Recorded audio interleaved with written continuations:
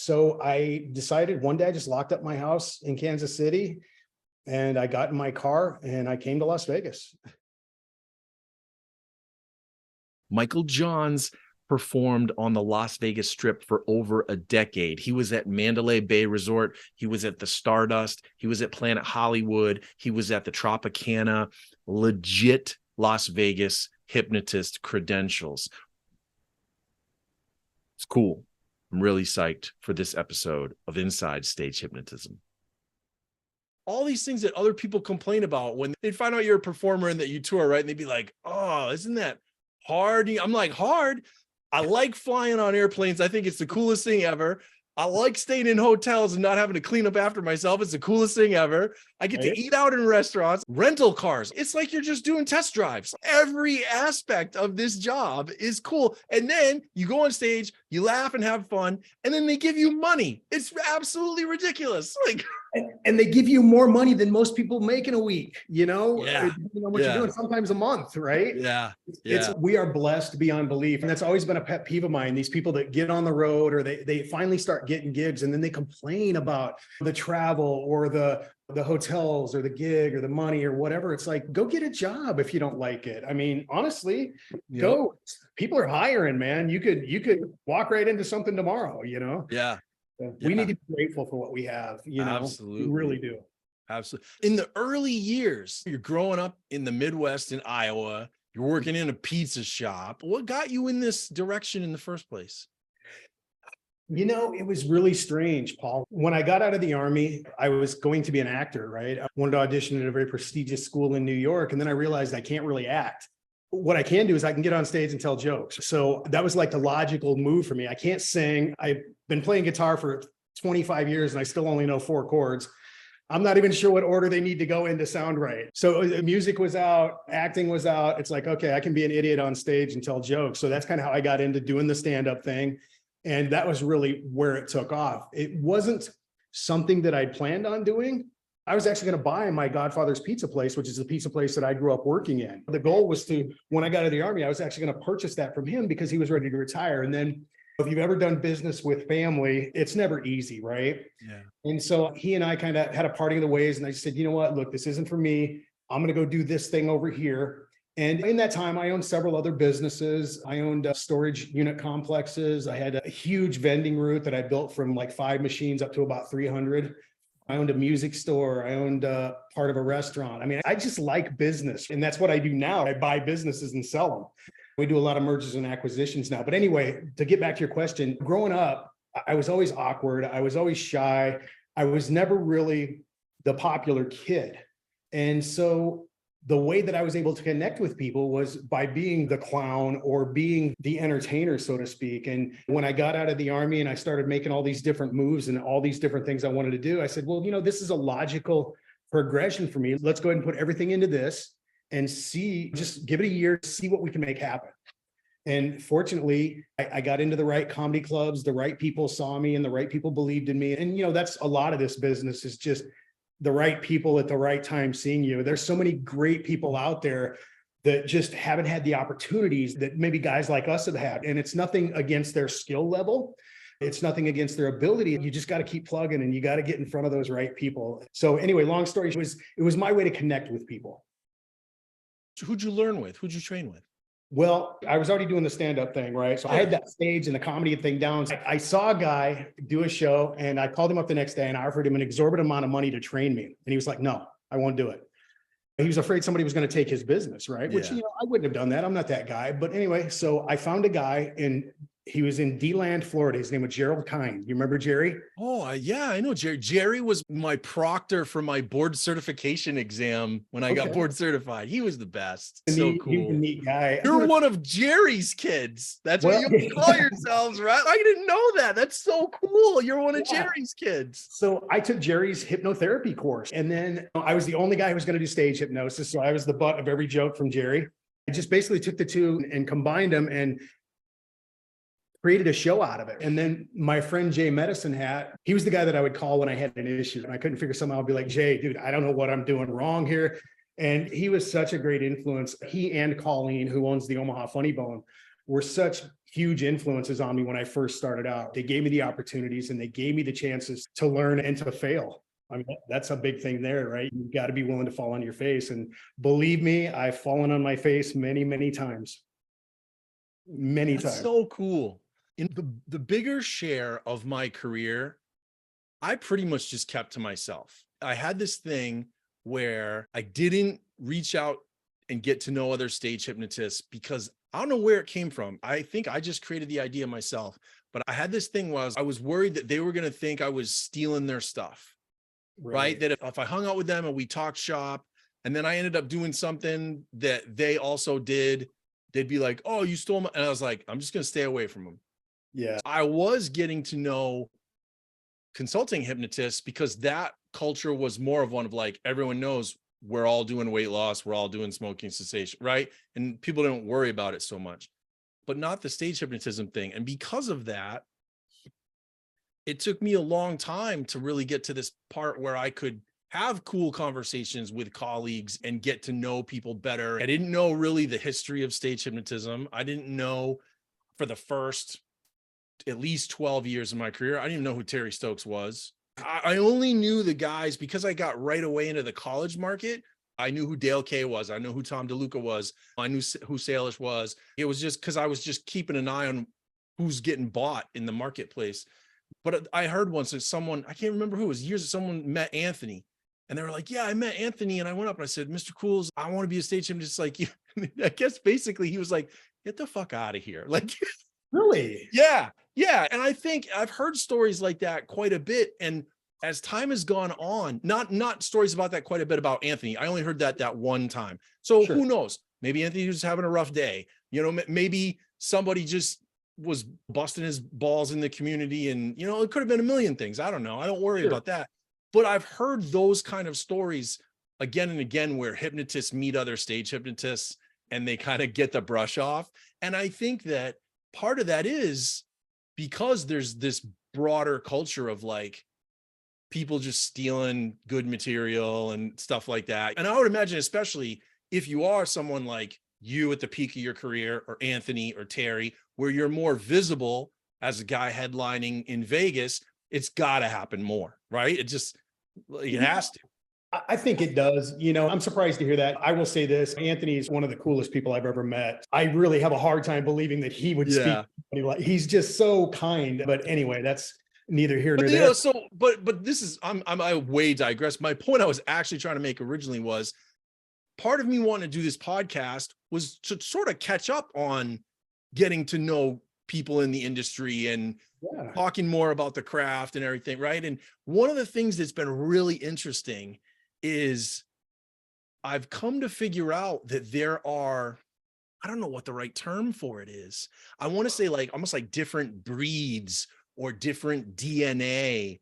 There are people, you, Terry, Salish, the amount of work you put in blows my mind. How much performing you did. Like when I was talking to Terry, I said, Terry, what was the busiest you've ever? And he goes, oh, I had for years, I was doing like 300 days a year. I was like, what? When I talked with Salish, he goes, for a couple of years, I was doing about 220 to 250 days a year. I was like, what? When I read your book and you're talking about how you were just on the road, right? Well, it just blew my mind. It's great. Was that something for you that you liked it that much, that you were doing it because you liked it that much, or you just felt like you needed to put in that much work to get where you wanted to be? I'm going to say it's a little bit of both, right? Yeah. I enjoyed being on the road. I enjoyed it. But, you know, most of my career in the early days was headlining A-room comedy clubs, right? Big clubs. I go in, I do what, 5 or 7 shows during the week and do the radio on Thursday and Friday mornings. But I just enjoyed it. And, you know, there were many times where I was on the road 200 or 300 days a year as well. It was easy to do. And I remember I bought my first house in Kansas City. And I'll never forget, I closed on it. My best friend, Chris, came down with a truck of my stuff. We loaded everything into the house. I locked the door and I left for 3 months. That was my first home buying experience. So that just kind of shows you that it's out there, right? But I'm sitting in my nice little house here in Southwest Las Vegas. And here's what I know. Nobody in this house is looking to hire a comedian or hypnotist. right? Nobody in this house is looking to hand me a check for $1 million. If I want something, I have to go out and get it. And I think a lot of us want to take that shortcut, or I see a lot of people wanting to take that shortcut. And I'm here to tell you, you might get that shortcut, you might get some good breaks and everything like that, but you're going to learn so much more by just being out there and grinding and doing those shows with 15 people on the 4th of July because your agent booked you and he swore they were going to pack it out. You're going to learn more by doing that than being on these forums or fighting with each other online. Again, that's one of the reasons I'm so private. I've always been a private person, other than you and maybe a handful of other people in our business. Nobody has my phone number, right? If somebody ever asks me for help, I'm the first guy that I will help anybody. All you got to do is ask. But I'm extremely private and I don't share a lot of stuff. I don't go hang out. I don't go to like the big meetings. It's just not something I want to do. And again, it's nothing against anybody, but I've done my time on the road. I've done my time in front of people. When I'm not doing a show, I want to be left alone. I mean, I don't want to talk to anybody. I don't want to see anybody. I want to stay in my little fortress of solitude here and just be, at peace. But classic introvert. That's me. That's me. I'm like, and it's funny, right? Because people can't get it because they see you on stage and they think, well, you must be an extrovert. And you're like, no, as soon as the show's done, I like to go sit in the hotel and not talk to anybody for the rest of the night. And they're like, what? They don't get that you can turn it on. And then when it's done, I turn it off and I go back to being the realist version of me. I want to read a book or have a dinner quietly by myself or, yeah, I totally.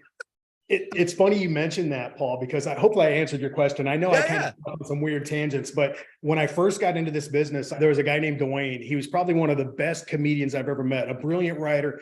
The guy was just so smooth on stage. Off stage, wouldn't say 3 words if he had a mouthful. I mean, just would not talk, wouldn't do anything. But one of the little nuggets that I got from him is everybody's going to tell you they can be funny. Everybody's going to tell you they can be on stage, when they're joking around the water cooler. He said, here's the key to being successful. You got to be funny at 8 o'clock. That's all he said. You got to be funny at 8 o'clock. And I've lived my life by that, right? It's like, I don't have to be on all the time. I hate being around those people that are always on. I don't like it. I'm uncomfortable. It's weird to me, but at 8 o'clock, it's time to go to work. It's time to put on the big boy pants and it's time to get on stage and it's time to do that thing. So maybe you're really good, but you got to be good at 8 o'clock. That's right? So great. So great. And you mentioned Terry earlier, man. Terry was my business partner for many, many years. And I love him like a brother. I learned so much from just watching Terry, and Terry would come and watch my show and you talk, even though we're equals, right? We're business partners, but having Terry Stokes watch your show, it kicks the stress up a little bit, right?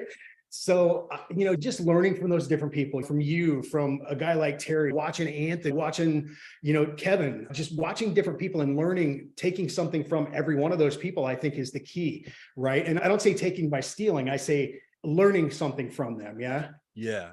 And I think that's huge, right? Everybody can learn from somebody else. To this day, I still can learn from somebody who's just getting into this business. And when we close ourselves off and we pull into our little shells, we have to remember that there are other people kind of out there doing it. And, don't want to close ourselves off so much that we forget to grow as entertainers and as people. And I see that happening a lot. I see a lot of people out there like, oh, I know everything there is to know. I'm the expert.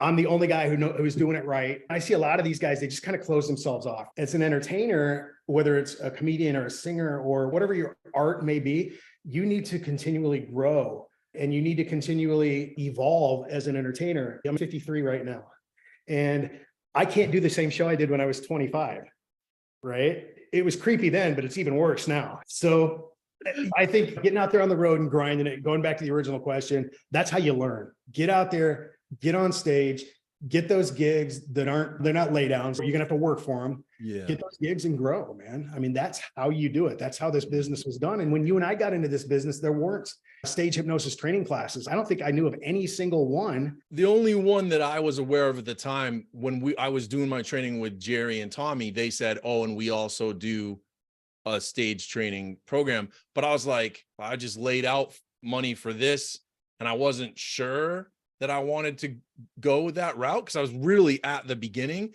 And so I didn't do it. I was like, I'll take my time and figure it out. And then if I can't, I'll look in. And I did all right. I never got there. But yeah, it's crazy now, right? Because there's all kinds of them. There's all kinds of them. It is pretty. It's so different. I think there's a ton of people out there, and, let's hope they're churning out, competent people to get on stage, because that's really important in our business, right? We have an obligation to the people on stage and the people that come to watch us to do the best we can and to keep everybody safe. I see some things that I don't want to say disturb me, but just kind of like, ooh, I probably wouldn't do it that way. Seems like the latest thing for that, it seems like the bridge is coming back. I see more and more, especially in Europe. It's not like I'm out looking for it all the time.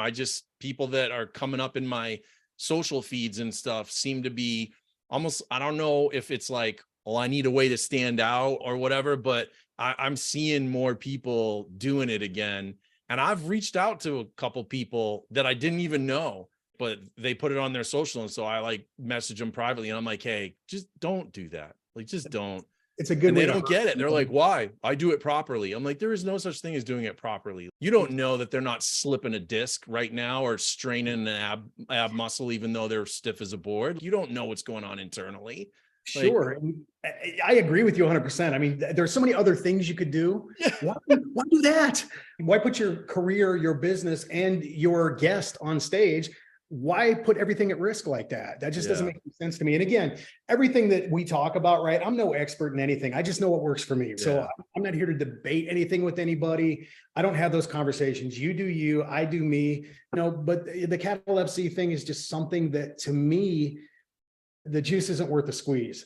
I really liked the way Jim Wan did it, where he'd do it to himself. Oh, yeah.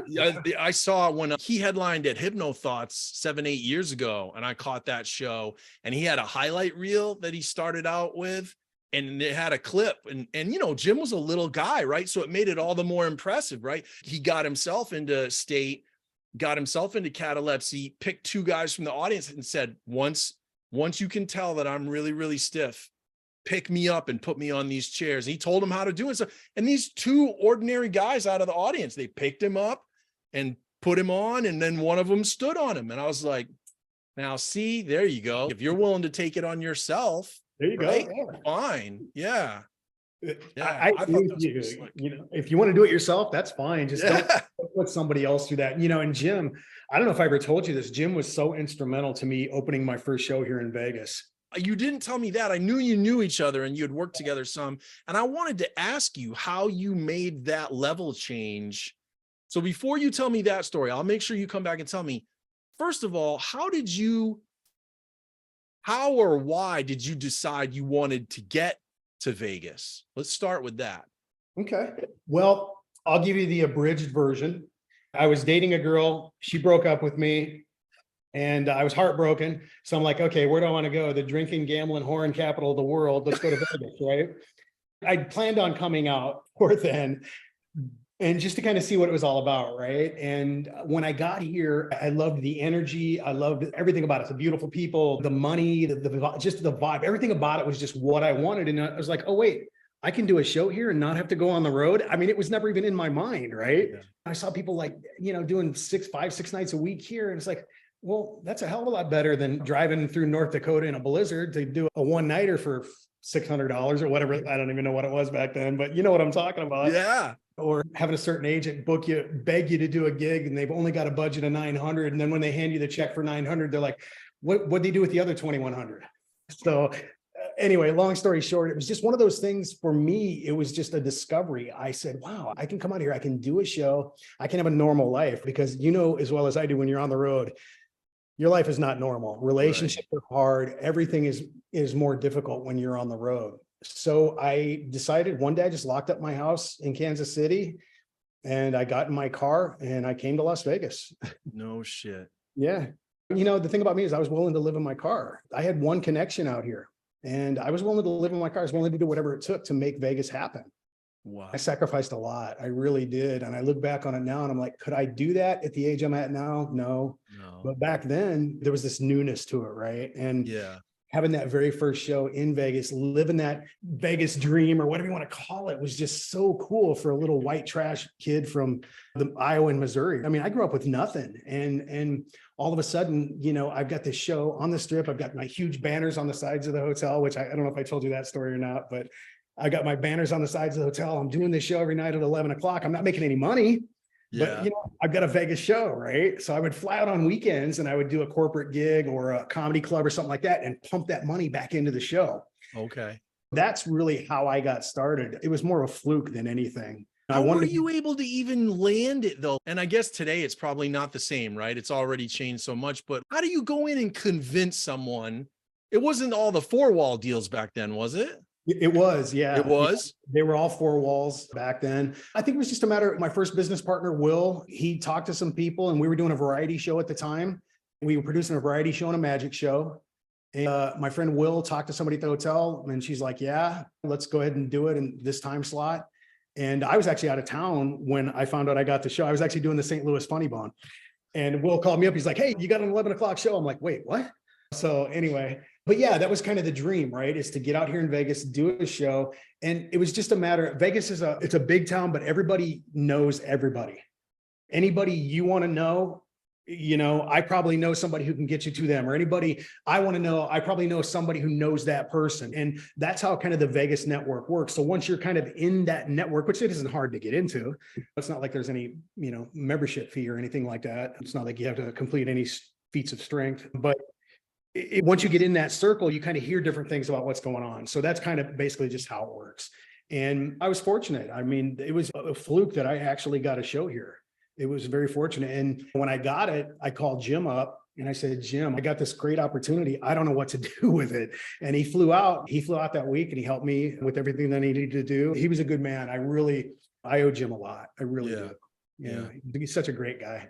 And, he did so much for our profession. I mean, him, Terry, guys like that, Anthony, Mark Savard, guys like that are just like, they do things for our profession. You know what I mean? You're a perfect example. And I'm not saying that just because I'm on the line with you, but you care, right? You try to take this thing to that next level. And that's why I'm here today.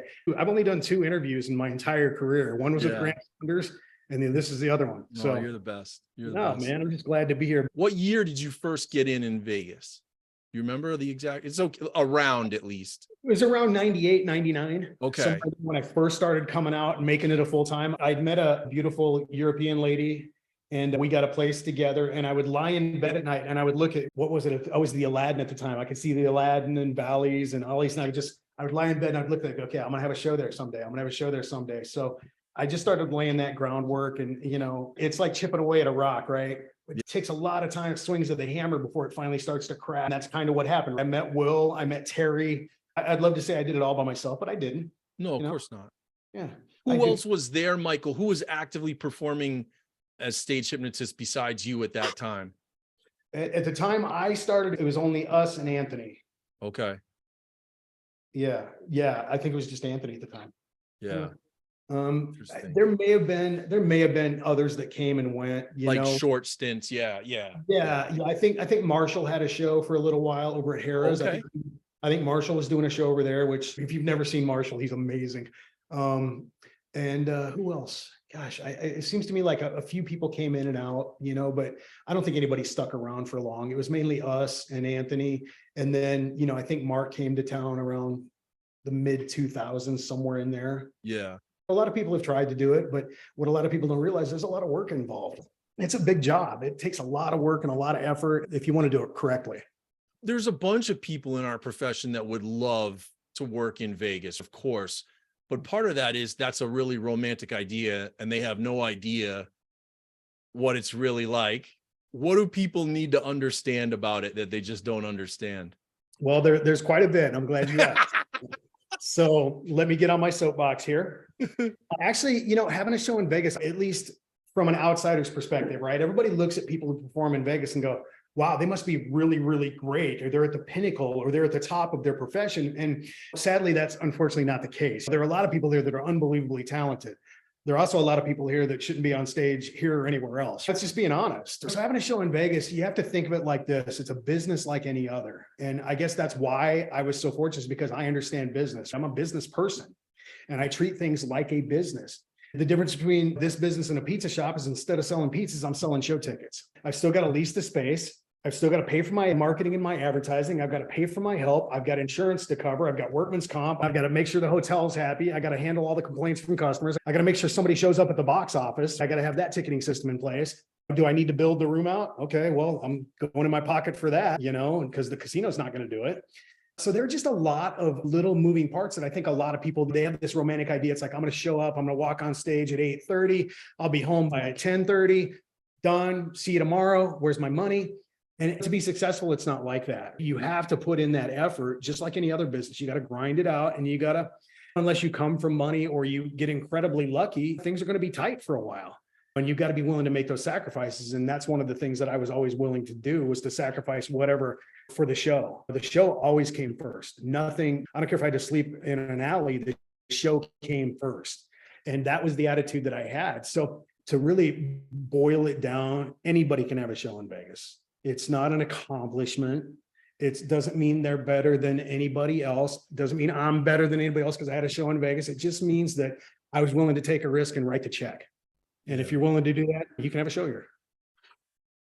That's that simple. Yeah, I think I'll pass.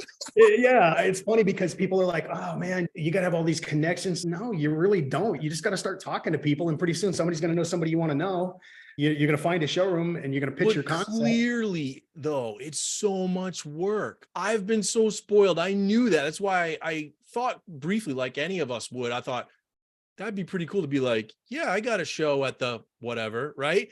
And when I started looking into it a little bit and right off, that's when I first learned I didn't even know what four walling was, right? And then I started looking into it and I was like, who the hell wants to do this? Here I was I had an agent getting my bookings for me in the college market. They'd book it, handle everything. I had to just book my flight, get my rental car, show up, perform, I get paid, I turn around and go home. It's the greatest job ever. And in that market, it's just so amazing. And that's what I was like, who the hell wants to, it felt like you work 23 hours a day if you're doing that in Vegas.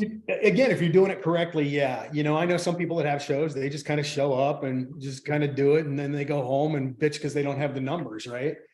But if you're going to do it, and even if you're on the road, if you're not doing Vegas, you have to look at this as a business. If nobody takes anything else from me, all this stuff that I'm spewing, just take that, treat it as a business. You'll be so much further ahead than the other. Now, incorporate, get an LLC, whatever. I mean, obviously this isn't legal or financial advice.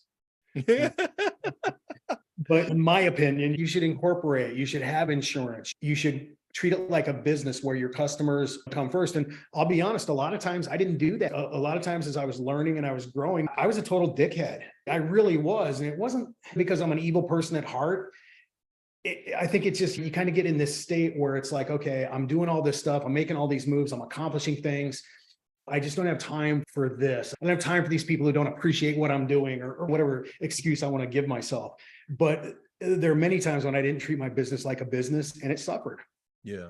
One of the best books I ever read was by Ken Blanchard. It's called Raving Fans. I try to read something good every day. Like right now I'm reading The 1 Minute Manager. This is let's see here. We're on the 10th. This is my 4th book so far this month, right? I think reading things like that, reading business stuff like that, getting outside of your little bubble as an entertainer is going to help people get so much further in this business. But back to the book by Ken Blanchard, it was called Raving Fans. And the story on this is the owner of the Tropicana, Mr. Yemenjian, came to see my show one night when I was there.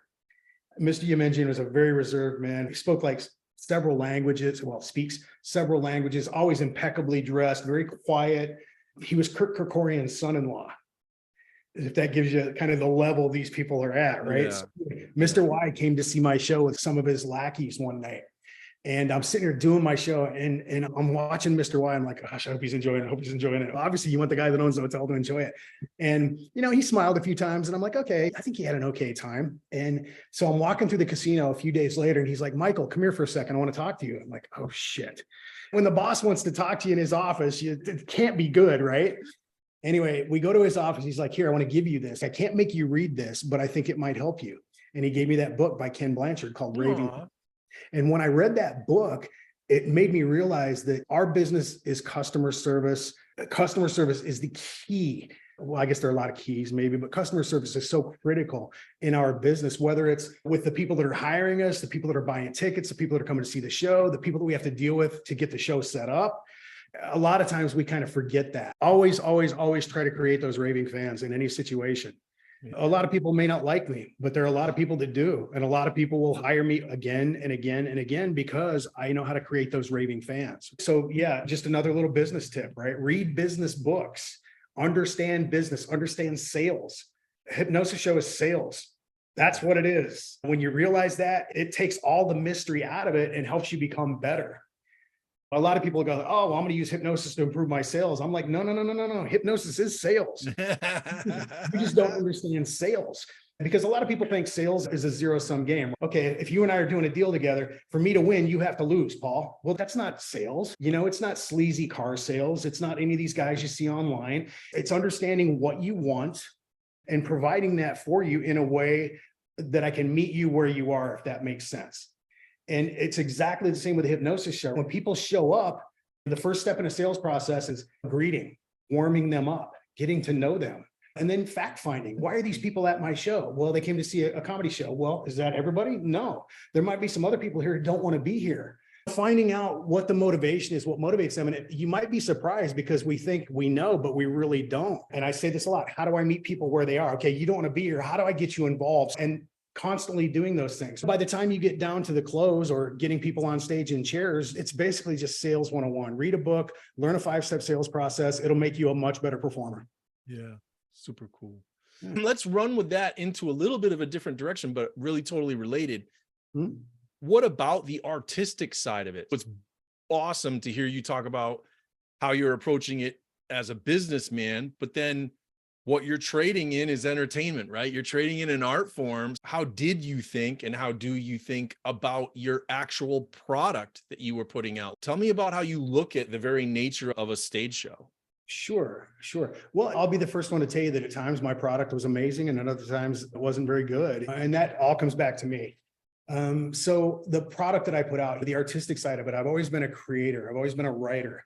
I've always been a person that's inside my head thinking. It's like, okay, why is that funny to me or this or that? When we talk about being on stage and that art, a lot of the stuff that I think is funny, 99% of the audience isn't going to think it's funny.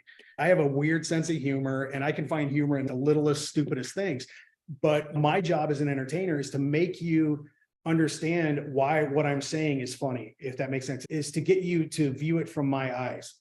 And whether it's your pre-talk or your bits or whatever, you have to add enough of yourself. Look, there are only so many phenomena you can create with hypnosis. There's only so many things you can do. Everybody's going to do a hot and cold. Everybody's going to do a smell. Everybody's going to do a whatever. Your job is to take that and make it uniquely yours, whether it's in the setup, in the punchline, while you're doing the bit. Your job as an entertainer is to take whatever that is, even though, everybody's got a mother-in-law joke. You need to make your mother-in-law joke better. You need to make your mother-in-law joke yours. So again, that's how I've always approached it, whether that's right or wrong. It's what worked for me. But I'm a creator, man. I've got hundreds and hundreds of pages of material that I've written over the years. I mean, I've got it on my phone. I've got notebooks everywhere. I love to write. I love to create those things. And the interesting part for me is, okay, I've written this thing. I think it's hilarious. How do I transfer that feeling to somebody that I just met or somebody that's watching me in an audience? And a lot of times it may not be in a way that I think. A lot of times I think, okay, I'm going to come right at them with the joke and it's going to bam, bam, bam, bam, it's going to hit.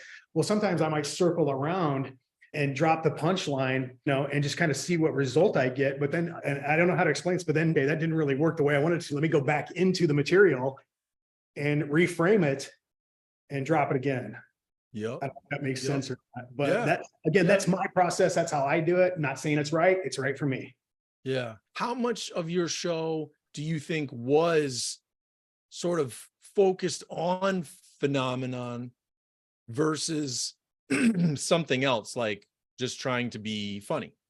Honestly, I always said I'm a fantastic or a brilliant stand-up comedian with average hypnosis skills. Yeah. Right. And so I can do a show. If nobody gets on stage, I'm still doing a show. Yeah. Right. I'm still going to sit up there and riff for 45 minutes. But I would say the vast majority of my show is comedy. It's what I'm at. Do I understand the foundations of hypnosis? Of course. Can I do a hypnosis show without a bunch of jokes? Of course. It's more interesting for me to do the comedy part of it though, because that's where I can get really creative. Again, we go back to only so many phenomena you can do, right? Yeah. Hot, cold, smell, whatever that may be, amnesia, which is one of the things that I've always loved about Terry. A lot of us work our way up to the more threatening bits. We start a little bit low threat, work our way up. First bit out of Terry's mouth, a lot of times, hypnotic amnesia, bam, right in your face. I've always admired that about him. He's just fearless. So yeah, the vast majority of my show, I would say, was comedy based. That was really what I was good at. Yeah. And then throw a little hypnosis in. Obviously I did the show, but Yeah, that's cool. I also do want to just a little bit try to dig in every time I talk with someone about this kind of functional stuff. I feel like I have a bias and I'll own that, but I feel like it's an honest bias, at least. I feel like there's an awful lot of people out there that aren't thinking through the work. Colin Chapman, who's in Virginia, he's got his term for it is there's too many hypnosis cover bands. Isn't that a neat idea? He's like, all they're really doing is covering someone else's song. And I'm like, yeah. And I think that in fairness to a lot of those hypnotists, it comes back to what we talked about earlier. It's the training issue, right? Is they weren't really trained on a more thorough process, not just of how the hypnotism works, but they weren't trained on a creative process. And so they're just doing the best they can. But also, I think there's a tendency for all of us to want to grab the low-hanging fruit. Sure. So, yeah. Hey, look, it's easy to get up there and do Paul Ramsey's bit, right? I've seen Paul do it. I can get on stage and repeat that word for word, and hopefully my results will be the same. Yeah. I've always said, if you do something like that, you're not an entertainer, you're a tape recorder, which that shows my age, right? So I think you bring up a good point, man. Understanding the foundations of what we do is so critical. And I think a lot of times people don't really delve into those foundations. They don't really know the why behind what we do. And once you know the why behind the reason I say something in my pre-talk, it just makes more sense and it makes you a more rounded entertainer. You can spit the words out. I've got my pre-talk. I think Non-Guard's got my pre-talk written down. I could hand it to you. You could walk on stage. You could read it line for line, and chances are good you're going to get somebody on stage and hypnotize them, right? But if you don't understand why I'm saying the things I'm saying, that puts you at a disadvantage, because sooner or later you're going to run into something where you need that skill. And I see a lot of people that don't know what an ab reaction is. They don't know how to deal with somebody who's hyperventilating. They don't know how to deal with somebody who's having a panic attack. They don't know these things. And this is not a criticism on them. It's just something that, gosh, you need to know that stuff, because you're going to get into a situation sooner or later where the foundational knowledge of the science and the art is going to save your butt. It's going to happen. I can say that without hesitation. I've bombed so many times, it's not even funny. I've made so many mistakes on stage that we could be here all day talking about those. But I understood the foundations of hypnosis, and many, many times I was able to keep a bad situation from getting much, much worse. Yeah. But it's so critical that you understand the pre-talk and why we say the things that we say. There's an awful lot of regurgitation. And it's exactly how you've described it. If you regurgitate it really well, most of the time you're going to be fine. Just a few weeks ago, I made a video where I actually sat down and explained from a functional standpoint how my show works. I was like, this is what's really happening. And in that, I was talking about how I made a conscious choice years ago. I really wanted to do my best to do things differently than how they were most commonly being done. So I started with saying, okay, well, let's identify those things. What are the most common things? And then say, how do I not do that and do something else instead?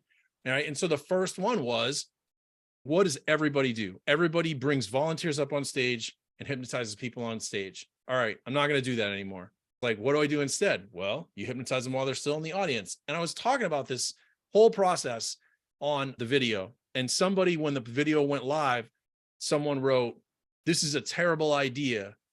This is going to lead to more ab reactions and problems. And I just wrote, why do you say that? In my understanding, ab reactions are the result most commonly of what the hypnotist says, not where you sit. The suggestions given and how the person internalizes them. Because, here's the funny thing. I've been doing this show since 2011.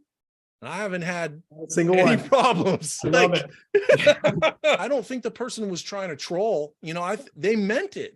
And I've seen, I have a student who's out in LA now, and he's doing well. When he went out, he put up some of his videos at one point, and in one of his videos, you could see that he learned from me. So he took my style and he hypnotizes them while they're in the audience. And another well-known hypnotist left a comment on his thing and was like, "This is a terrible idea." I left a comment. I was like, "Why do you say that?" "Because my trainer told me so." Yeah. You know? Yeah. Here's the thing. Does it work? Are people safe? Are they having fun? That's really the key, right? Those three things. Does what you're doing work? Are the people safe while you're doing it? And is everybody having fun? Yeah. I got no problem. Yeah, I think that's a great idea. It takes a lot of the stress off of the people in the audience, right? It takes a lot of the pressure off of you as a hypnotist. It's actually more efficient too, because you actually save a little bit of time because you're not moving them up and then sending them back. They're there from the beginning, right? There's no reorganize. There's just finally like, okay, if it's working, now let's get you up here. And you're only bringing up the people that it's working for. I wish I could have said I planned for that when I came up with the idea. But when I actually came up with the idea originally, all I was thinking about was that it was less pressure on the people. Yeah. Right? To sit in the audience and stare at an empty stage rather than to sit on stage and stare at all the people staring at you. Right. I was like, let's just get rid of that. Yeah. Be way more comfortable for your guests. Yeah. Yeah. I can totally see that. Well, and then we go back to that. That's a great point you bring up, Paul. Try something different, right? Look, just try to do something different. I mean, we can all get on stage and A plus B equals C. If you do this and do this, you're going to hypnotize somebody. But try something different, man. Don't be afraid to fail. Try some new material. Now, probably not at a corporate show where they're paying you good money, but if you're doing a club or something like that, if it's just a throwaway gig or you've got the freedom to do that, try something new, right? Yeah. You still got your core bits that you can do in your core material that you know works. So slap something brand new in the middle of that you've been thinking about. If it goes great, great. If it doesn't, boom, blow on to the next one, right? Don't sit there and explain, well, that didn't work very well. Well, I would do that because I can do that and make it funny, right? Yeah. But, you know, I've seen people get on stage and then a bit doesn't work and they'll sit there and do a 15-minute explanation to the audience on why it didn't work. I'm like, no, don't do that. Just go to the next one. You know, why would you do that? You know, so yeah, try different stuff. Try bringing your people up in a different way. Try seating them in a different way. I don't know, just for the love of Christ, do something different. Oh, please. Who was the best show you ever saw? Well, Jay Medicine Hat. Yeah. Jay, without a doubt, my boy Jay. He was the greatest comedy club hypnotist of all time. There was nobody else is even close. Really? He was that brilliant. Jay was just a nut, man. He would walk on stage. I'll never forget the first time I saw him. It was actually at the Omaha Funny Bone. Colleen had me there doing some stuff as a feature, and Jay was there on the weekend. And we'd met peripherally, but I'd never really seen his show before. And this is before I got into the hypnosis thing. But man, I see this guy walk on stage. He's got his hat turned backwards, his ball cap backwards. He's wearing jeans, a Harley Davidson shirt. He's got a cigarette hanging out of his mouth. And the thing about it was, Paul, the place was packed. People loved him. I mean, they called him hat heads. They absolutely loved him. As soon as he walks on stage, they just go nuts. And it's like, what is this crazy guy going to do next? And just watching him up there was like this beautiful disaster just waiting to happen, because you knew something was going to go wrong, but no matter what, you knew you were going to get a great show. And if anybody's never seen Jay, I know there's some videos online, some of his old videos.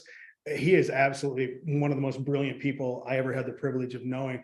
He and his wife, Tracy, came to Vegas once. We were hanging out. And this is when I was at the Stardust. I brought him on stage with me at the Stardust about halfway through the show. Figured I'd let him do a couple bits, then I'd send him back to his seat. Mistake. Yeah. He was so good. I'm sitting there just going, there's no way I'm going to follow this. I can't follow that. I mean, I probably could have, but I didn't want to put in the effort. He was just so good. I ended the show 10 minutes early. But Jay was he was brilliant. So as far as comedy clubs, it's definitely Jay. I'm sure I'm going to leave somebody out and somebody's going to get mad at me, but the best all-around hypnotist is probably Terry. Yeah. I mean, he is just so good at what he does. Just watching him on stage, it was like getting a PhD in showmanship. He's that good. He never gets rattled. He's done this enough. He cares enough about his show. He's willing to try new stuff. If something doesn't work out or if something doesn't go the way he wants, not a problem. He just moves on. He knows exactly what to do. And that comes from doing 10 or 15 or 20,000 shows. You get that. So yeah, definitely Terry. I mean, there are others, right? I've heard great things about the Salish guy. I've never met him, but I've heard he does a great show. Yeah, he's a You know, great. you do a great show. I love your Thank show. There are just so many good people out there doing it, and so many good people out there willing to help others get to that level. And that's what's really cool about this business. That there are a lot of people that will help you. Like me, I'll help anybody. I don't want anything in return. I just want you to be better, because a rising tide lifts all boats, right? Yeah. When our profession, everybody in our profession is acting like professional, they're doing professional things. And again, I'm not preaching from any pulpit here. I've screwed up plenty. Every mistake anybody here will ever make, I've done it too. But when we elevate our profession and we all try to get better, it just makes what we do more special, right? Because right now, my gut tells me right now, there's so many hypnotists out there doing exactly the same thing. We're like a commodity. We're nothing special. We're nothing special anymore, but that doesn't have to be that way. Right. It doesn't have to be that way. Totally. Yeah. I only saw Terry once, and it was the last time I saw you in person. Actually, it was at HypnoThoughts a couple of years ago. And I told Terry this the next morning, and I hope it seemed like he took it the way I meant it. And I said to him, listen, I'm going to tell you something. At first, it may almost sound like a criticism, but it's not. When I watched your show last night, there was nothing about the content of your show that impressed me. It was all good. It was all good, but none of it blew my mind. I said, what was amazing to me was watching you work. Yeah. Because it's totally what you said. It's so easy to take it for granted, but when you really are paying attention and you watch him work, he is so masterful. He really is. The way he handles everything and manages it's beautiful. It's really beautiful. And that's a skill that we develop as we do a bunch of shows. But some people are just at a different level. Terry's one of those guys. Jay was one of those guys. Some people are just special in this world, right? In that they've cared so much and they've done so much and they've got this innate ability to do something spectacular. I mean, shoot, me and Terry were business partners for well over 10 years. And I would go in on my off nights just to watch him work because I knew I could learn. Yeah, and just watching Terry work. There are a lot of great people out there, though. I mean, there are so many good hypnotists. A lot of the people we've talked about here today. Yeah. And anybody who's just starting out in this business, again, I want you to know you can be, quote unquote, one of the greats, if that's what you want to call it, but you can be great at this if you're willing to put in the work. That's really what it comes down to, right? Don't half-ass it. If you care, if you want to do this, do it and do it the right way. There are many people that'll help you do that. So I feel like we're heading into potentially a really cool, I don't know how long it'll last, but a really cool era of stage hypnotism, because it seems to me like there's a bunch of great people who've been in the industry a while now who really do want to help other hypnotists succeed. Maybe when I was younger, I didn't notice it because I just didn't know enough people, right? But when I got started, it seemed much more like, look, no offense, but you stay in your lane and I'll stay in mine and let's all do the best we can. It felt a little more like that to me. And now it seems much more like there's people that are actively like, however I can help you, I'll help you. Yep. And I think that's great. That could have a beautiful trickle down effect as that impacts younger, newer hypnotists. And then if they can keep that going, it could be incredible. I think that's great. I love hearing that because again, I don't hang out with hypnotists. I don't hang out with anybody in show business. I prefer to be by myself, but it's great to hear that culture. I guess that vibe is starting to happen with hypnosis. It's what's going to take us from just being average run of the mill, oh, great, another stage hypnotist, to, oh, wow, I want to go see this person on stage. Yeah. And there are a lot of great people to learn from, people that are doing ships. You got Nadine out there crushing it on ships, Brenda Kay, Michelle Van Ree, Kelly Carl, just a lot of different people doing ships. Rich does a ton of ships. Well, he used to, I don't think he does anymore. But I mean, you can learn something from every one of these people. And I do every time I watch them. And even at my, I've done this thing 5,000, 6,000 times, 7,000 times. I don't know, a lot because I'm old, but I still learn every time. And I think that's what's critical. And that's why I love what you're doing. And I love the passion that you have for this business, Paul, because as people kind of hand the torch over, for lack of a better term, or people kind of fade out of the business like I am, I'm not involved in the day-to-day. I'm not out there doing shows. I do the ones I want to do, right? If I don't want to do it, I'm like you, I don't do it. If I don't want to do something, I'm not going to do it. But seeing people actively, you, Grant, Jim Kellner, seeing you guys just really out there caring about the business is just, I think it's awesome, man. So kudos to you. Thank you. Just so everybody knows, I'm not kissing his ass. We've had this conversation before. I'm just bringing it out in public. You're always good to me. You're the best. Yeah, well, no, How dude, often do you do shows now? Do you just do like a couple a year or? I'm doing a few more now, but I'm more into the comedy now. Yeah. I'm more into the one-man show that I wrote. So I'm doing a lot of material off that and working that out in different venues. I'd say this year I'll probably do, I don't know, maybe half a dozen or a dozen. Yeah. I'm Just not gonna just enough to have some fun, right? That's fine. yeah, That's great. I've already done 3 keynotes this year. So that's kind of where I'm at. Nice. Because I can speak on that corporate level as a guy who's built, I built 3 or 4 companies. 5. Yeah. I'm a guy who can speak on that level. So that's kind of where my passion is now. I'm not a motivational guy, right? I'm not a motivational speaker, but I'm a guy who can get up there and talk about processes and customer service and sales and all this other stuff. So I'm kind of leaning towards that now, that obviously the one-man show, the one-man play. Yeah. Well, quit fooling around and get your book done, you bozo, because it's a good book, and you stop talking shit about your own work and get it done. It's a good book. Get it going. I appreciate that. I'm glad you brought that up because I'm so far behind on that thing. It's still sitting on my computer. And what was weird is like when I started on that, it was like, okay, I'm going to prove to everybody that I finally can finish a book that I wrote, and it's done. It's just sitting there. Yeah. For me, it was like my dog had just passed and I was going through a rough time. A relationship had ended. And I was just kind of like in this weird place where it's like, I didn't really want to get out of bed in the morning. Yeah. I mean, I was just in like a weird spot. And I'm like, one day I just got up. It was like, I don't know, it was like 3 a.m. because I never sleep. But I got up and I just sat down at the computer and I started writing. And the next thing I know, it's like 9 o'clock that night. I'd been sitting at the computer all day, hadn't showered, still wearing my boxers and a crappy t-shirt. So for me, the goal was to release it to everybody, but actually we're going to release it at HypnoThoughts this year. Okay. Yeah. But the goal was to release it early and get it out there. And for me, it was more cathartic. I guess for me, it was like, I needed to get that stuff out. I needed to get that down. And once I did, it was like, okay, next, It makes sense, right? Because by doing it, you feel like it's done, even though it's, yeah, that's almost like when they came up with that research that said that when people tell someone else their New Year's resolution, it makes them feel like they already did it and then they don't do it. But you actually did it, right? You did, especially there, you go, I wrote it. It's, yeah. I mean, and you've read the book without getting into it, that it's deeply personal, right? It's blatant honesty about me and the mistakes and the things that I would have done differently. And I think that's what's different about maybe me versus a lot of other people in the business, right? They'll only tell you the good things.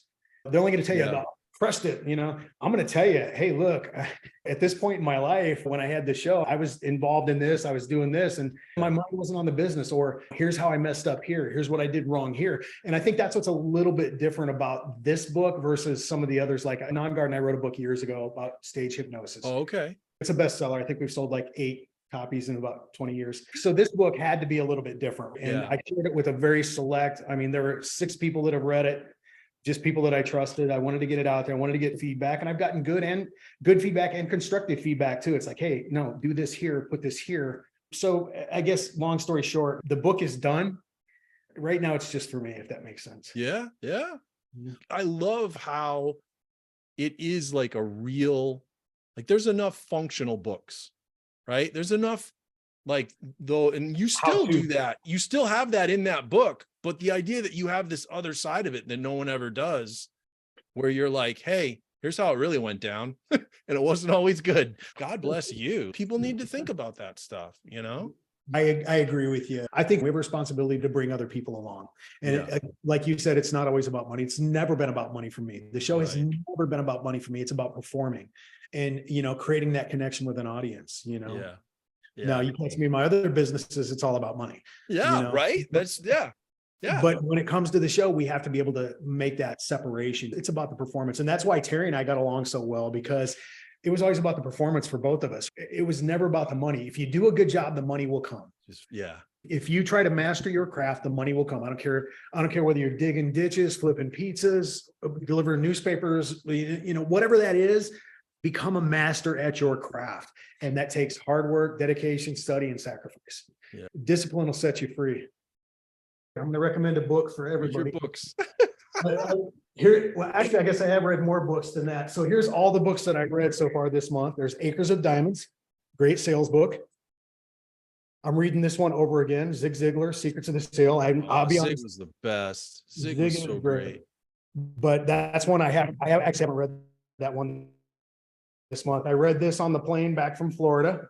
Closing the Deal. I got to meet my idol, while doing a keynote in Iowa. Dan Gable, if you're a wrestler, which I was, you'll know who Dan Nice. Gable is. And what was really cool is they got Coach to sign these books. They got me these books and they got Coach Gable to sign them for me. Nice. I know it's not a big deal to a lot of people. No, man, it is cool. I You know, get it. Yeah. Dan Gable, man, the Olympic Dan Gable, the Iowa Hawkeye wrestling coach. He took them to 9 consecutive NCAA tournaments. Dan Gable, Yeah. you know, 181-1. Dan Gable. I mean, to me, it's just like it was just a thrill. But anyway, my point is, read, guys, read. There's so much good material out there to help you build your business. Yeah. You just got to read a book. Yeah. Yeah. You know? You're the It's best. not gonna kill you, I promise. It's not gonna kill you. All right, buddy. That's enough. I know you got other stuff to do. I've taken up your time. I'm gonna hit stop. I want to give a big, big thank you to Michael for spending time with all of us on this episode. His intelligence, his honesty, his openness. I'm really grateful for his sharing. And I hope you all appreciate what he shared in this episode and gave us this glimpse into what his world was like and what it takes to be at that real high level of performance that he was at in Las Vegas for over a decade. It's really quite something. If you've got questions, comments, leave them in the comments area. Come back, join us again for another episode of Inside Stage Hypnotism. Thanks so much for joining us.